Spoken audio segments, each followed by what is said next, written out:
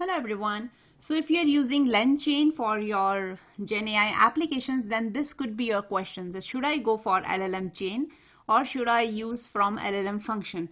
Because these two are the functions which does almost the same thing except few things. So let me quickly walk you through this. So these are the two code snippets. And like I said, LLMChain and from LLM are the two ways of creating a chain while running the queries against LLM. And the major difference between these two methods, so the first one here, you can see here I am using from LLM, whereas in the second snippet I am using LLMChain. This you can see in the second line. So the major difference between these two is in the terms of the level of customization they are providing. And if you will look at the first one, there we need to provide LLM, prompt, and rest all things will be handled automatically. Means that if you are just providing a prompt and what type of LLM we want to use, rest all settings are already pre-configured. So even if you will not define those settings, things will automatically work.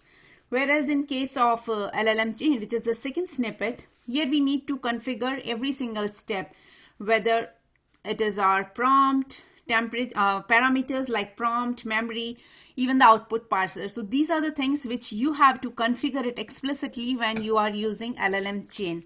So in a nutshell, if you will ask me, I would say if you are looking towards customizing your chain, you have some explicit LLM you want to pass or explicit kind of parameters like this is my chain types, which is another great example. So here you can define the chain type as well.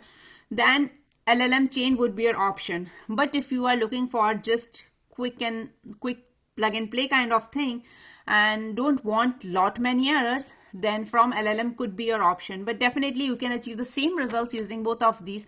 So you just need to decide what you are looking for. So if you are not comfortable in coding, if you are new to this GenAI kind of apps, then I would suggest you to go with from LLM and define just bare minimum parameters which are required. And that is your prompt and the LLM. Rest all things will be handled automatically. So I hope you got an idea when to use what, and thanks for watching.